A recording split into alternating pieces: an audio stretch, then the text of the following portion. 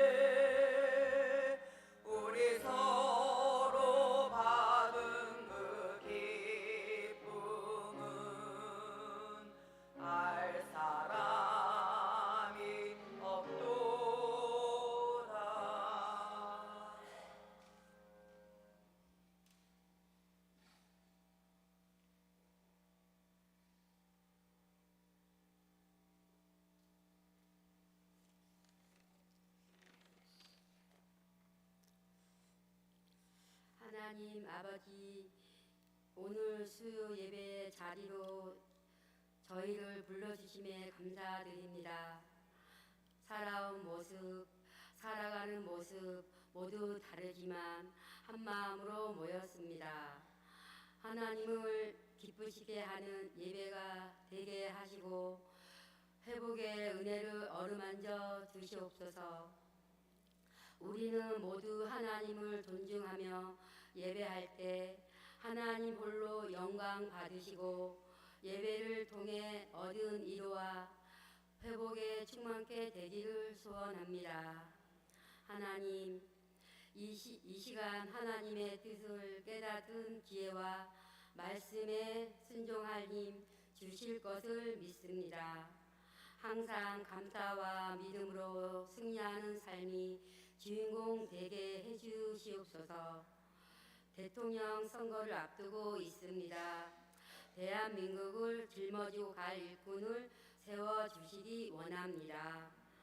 우리 모두 합심하여 예배 드릴 때 성령으로 역사해 주셔서 영원히 살아가고 은혜가 충만한 예배가 되게 해 주시옵소서.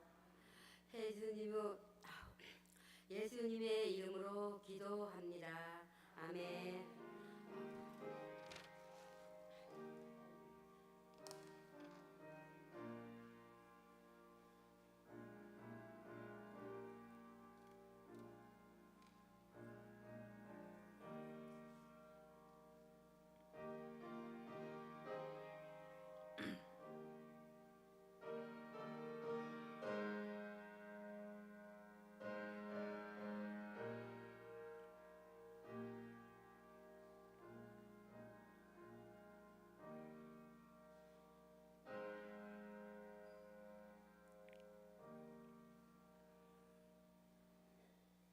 하나님께서 우리에게 주신 말씀은 신약 마가복음 2장 1절로 12절까지 말씀입니다. 최봉렬 집사님께서 성경 봉독해 주시겠습니다. 수일 후에 예수께서 다시 가버나움에 들어가시니 집에 계신다는 소문이 들린지라 많은 사람이 모여서 문 앞까지도 들어설 자리가 없게 되었는데 예수께서 그들에게 도를 말씀하시더니 사람들이 한 중풍병자를 네 사람에게 메어 가지고 예수께로 올세 무리들 때문에 예수께 데려갈 수 없으므로 그 계신 곳에 지붕을 뜯어 구멍을 내고 중풍병자가 누운 상을 달아 내리니 예수께서 그들의 믿음을 보시고 중풍병자에게 이르시되 작은 자야 내 제사함을 받았느니라 하시니 어떤 서기관들이 거기서 앉아서 마음에 생각하기를 이 사람이 어찌 이렇게 말하는가 신성 모독하도다 오직 하나님 한 분 외에는 누가 능히 죄를 사하겠느냐 그들이 속으로 이렇게 생각하는 줄을 예수께서 곧 중심에 아시고 이르시되 어찌하여 이렇게 마음이 생각하느냐 중풍병자에게 내 제사함을 받았느니라 하는 말과 일어나 내 상을 가지고 걸어가라 하는 말 중에서 어느 것이 쉽겠느냐 그러나 인자가 땅에서 죄를 사하는 권세가 있는 줄을 너희로 알게 하려 하노라 하시고 중풍병자에게 말씀하시되 내가 내게 이르노니 일어나 내 상을 가지고 집으로 가라 하시니 그가 일어나 곧 상을 가지고 모든 사람 앞에서 나가거늘 그들이 다 놀라 하나님께 영광을 돌리며 이르되 우리가 이런 일을 도무지 보지 못하였노라 하였더라. 아멘. 5구역원들 특송해 주시겠습니다. 찬송가 200장입니다. 같이 부르시겠습니다. 200장입니다.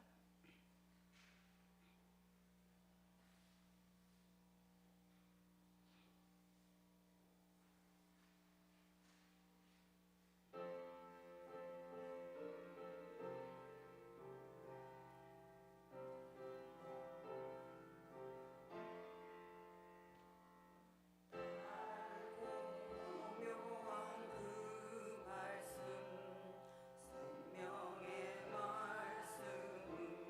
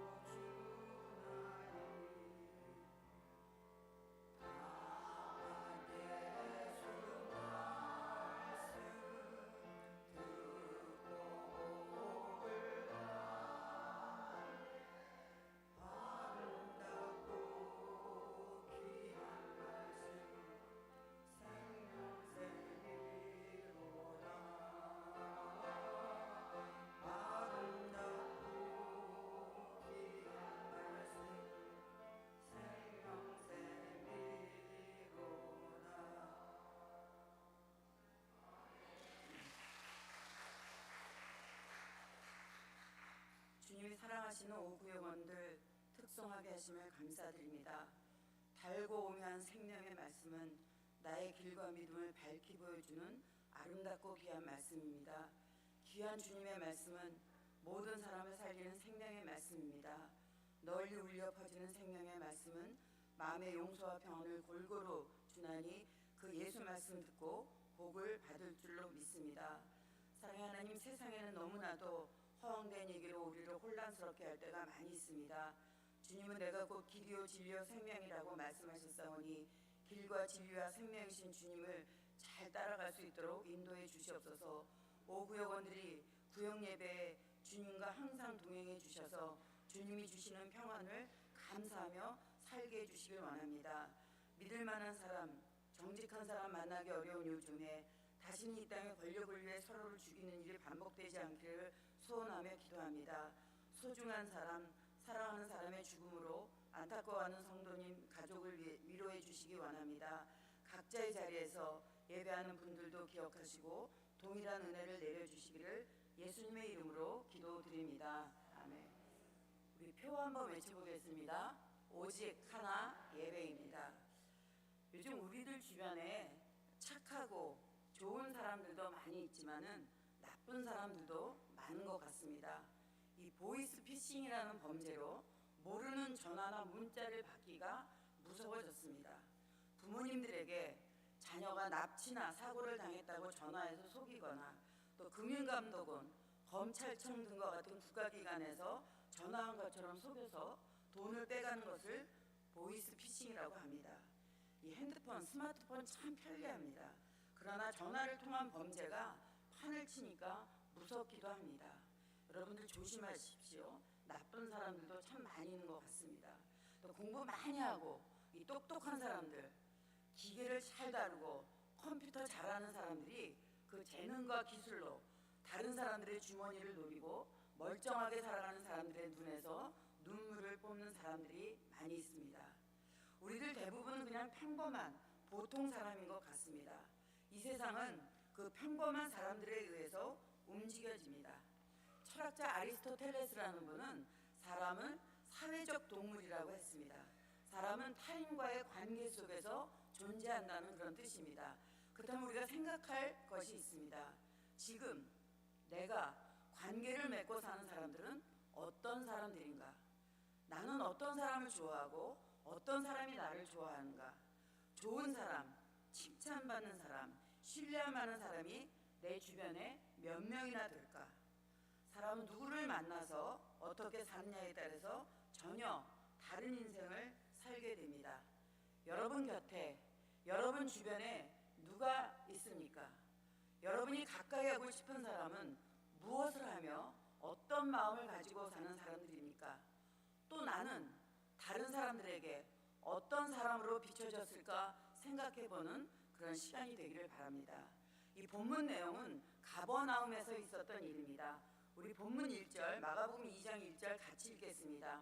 수일 후에 예수께서 다시 가버나움에 들어가시니 집에 계시다는 소문이 들린지라. 마가복음 오늘 본문이 2장인데 그 앞장 1장을 보면 예수님이 가버나움에서 귀신 들린 사람을 고치셨습니다.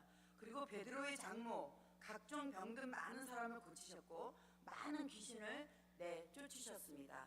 그런 예수님의 소문은 갈릴리 온 지역으로 퍼졌고 예수님은 여러 마을을 다니시며 전도하고 귀신들을 쫓아내셨습니다. 그리고 나병 환자도 깨끗하게 하셨습니다. 그러니 그때 얼마나 많은 사람들이 예수님을 만나고 싶어 했겠습니까? 마가복음 1장 45절 말씀 같이 읽겠습니다. 그러나 그 사람이 나가서 이 일을 많이 전파하여 널리 퍼지게 하니 그러므로 예수께서 다시는 드러나게 동네에 들어가지 못하시고 오직 바깥 한적한 곳에 계셨으나 사방에서 사람들이 그에게 나아오더라. 사람들이 몰려오고 자꾸 찾으니까 예수님이 한적한 곳에 계셨습니다. 그런데도 사람들은 예수님을 찾아다녔습니다. 얼마 후에 예수님이 다시 가버나움으로 가셨을 때 예수님이 계시다는 소문이 퍼졌습니다. 사람들이 몰려들었고 예수님이 계신 그 집에 사람들이 더 이상 들어갈 자리가 없었습니다. 그런데 그 집 지붕이 뜯어지면서 사람이 달아 내려졌습니다. 예수님을 비롯한 거기 있던 사람들이 얼마나 당황했겠습니까? 예수님 당시에 가버나움의 보통 집은 흙벽돌로 된 집이었습니다. 지붕은 나무로 대들보를 놓은 후에 집 같은 것으로 엮어서 그 위에 놓고 그 사이를 석회와 흙으로 채워서 비를 막았습니다. 그래서 쉽게 지붕을 뜯을 수가 있었습니다. 그렇게 뚫린 지붕에서 중풍병자를 위인 침상이 내려왔습니다. 성경에 나오는 중풍병이 현대의학으로 볼 때 어떤 질병인지 우리는 알 수 없습니다. 다만 혼자 몸으로 자기 자신이 일어나서 움직여서 다른 곳으로 이동할 수 없는 그런 환자였습니다. 그래서 네 사람이 그 환자를 들고 지붕으로 올라가서 지붕을 뜯고 달아 내렸던 것입니다. 이 본문에 나오는 네 사람이 중풍병자와 어떤 관계인지 성경은 기록하지 않고 있습니다. 뭐 친척이나 친구였을까? 아니면 같은 동네 사람이었을까?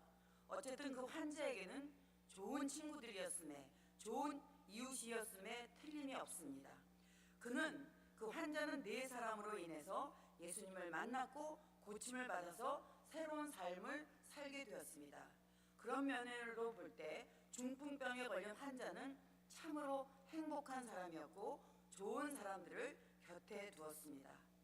여러분에게 묻고 싶습니다. 여러분 주변에 중풍병자를 도왔던 이 네 사람 같은 가족이나 친구나 지인이 있으신지요? 좋은 자리, 편한 자리, 높은 자리, 넉넉한 자리에 있을 때는 곁에 사람들이 있습니다. 그러나 사람이 항상 좋은 자리에만 있을 수 없습니다. 나쁜 자리에 있을 때, 힘들고 아프고 어려운 자리에 있을 때 그때 자신을 도울 사람이 몇 명이나 될까요?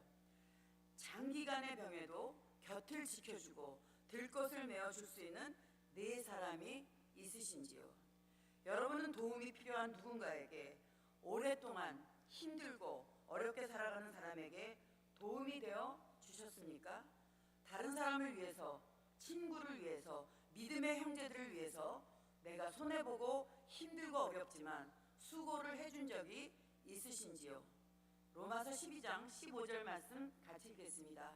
즐거워하는 자들과 함께 즐거워하고 우는 자들과 함께 울라. 누군가 즐거워할 때 함께 즐거워하시는지요? 누군가 슬퍼할 때 함께 울어주십니까?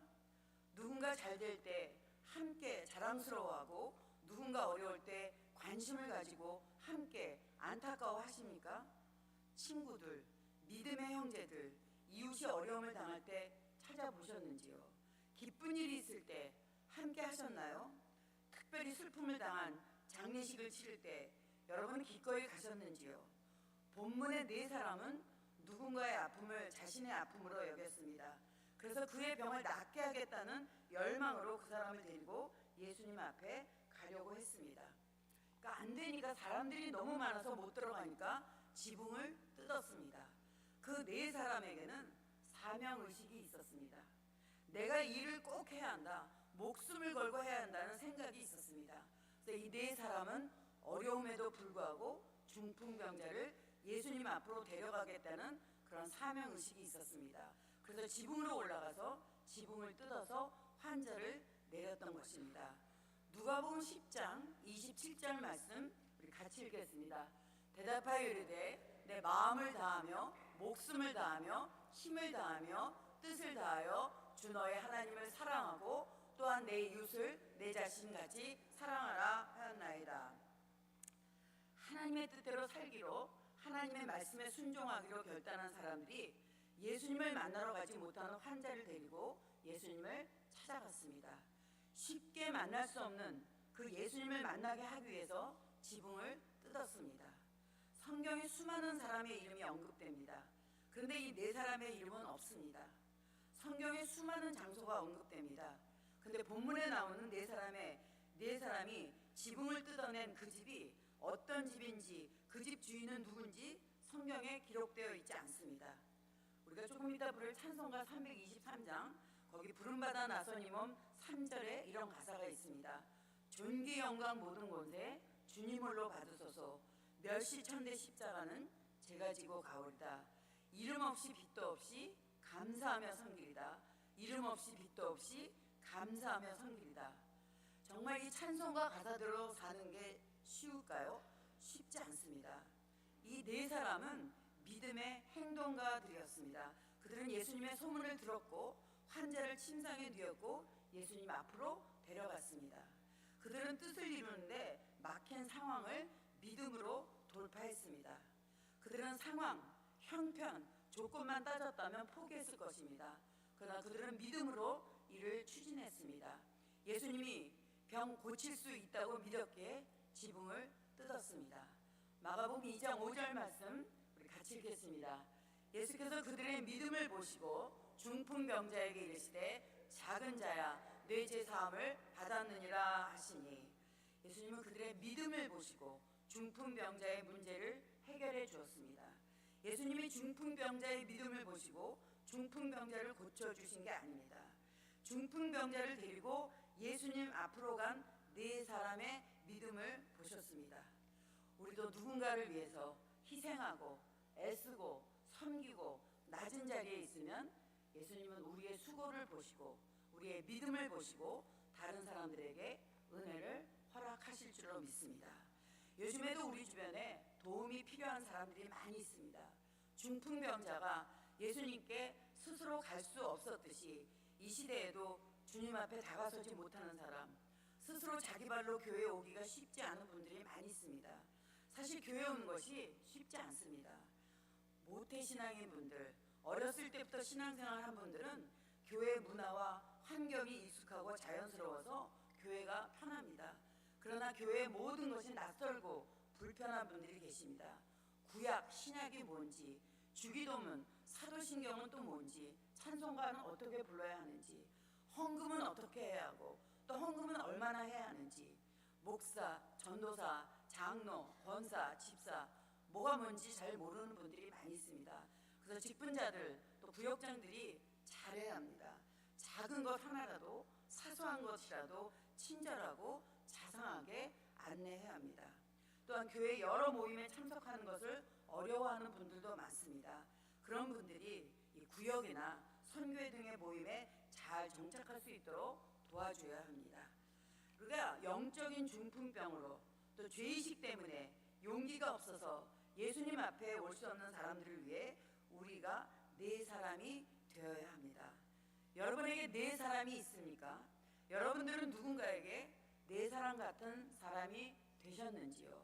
여러분 진실된 마음으로 중심에서 우러나오는 그 사랑을 사람들에게 베풀면 이 네 친구와 같은 마음을 갖는다면 하나님은 그 네 친구의 믿음을 보시고 중풍병자를 고치신 것처럼 우리를 통해서 그리스도의 사랑이 세상에 넘쳐나게 될 줄로 믿습니다. 여러분들이 그런 삶의 주인공들이 되시기를 주님의 이름으로 축원합니다. 기도하겠습니다. 중풍병에 걸린 환자는 좋은 친구들을 곁에 두어서 예수님을 만났고 고침을 받아서 새로운 삶을 살게 되었습니다. 우리도 도움이 필요한 누군가에게 도움이 되는 사람이길 원합니다. 우리도 이 네 사람처럼 누군가를 예수님 앞으로 데려가겠다는 그런 사명의식이 있기를 원합니다. 예수님 앞으로 간 네 사람의 믿음처럼 저희들도 그런 믿음의 소유자가 되게 해주셔서 우리를 통해서 예수님의 사랑이 넘쳐나게 해주시기를 예수님의 이름으로 기도드립니다. 아멘. 찬송가 323장 부르시겠습니다.